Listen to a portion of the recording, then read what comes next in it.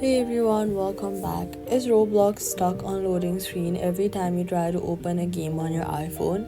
Before you blame your internet, here are the exact things to check, and most of them take under 30 seconds. First, go ahead and close Roblox completely from your recent app by swiping it up and away. Then, go to settings on your iPhone and turn airplane mode on. Wait for about 15 seconds and turn it back off. This resets your entire network connection from scratch, which is the number one cause of Roblox getting stuck on loading.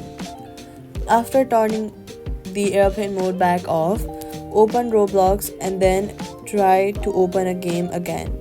If it's still loading forever, go to the App Store, tap on your profile picture at the top right, and then check if a Roblox update is waiting. Roblox had a major loading issue on June 2026 that was caused by an outdated client version. Updating fixed it for millions of players. If there's an update, tap it now. After updating, force close Roblox from the recent apps completely and then reopen it fresh.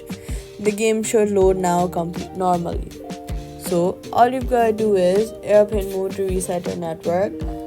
Check for a Roblox update in the App Store, then force close and reopen. Roblox will load, and that's it. Subscribe for more Roblox fixes every day.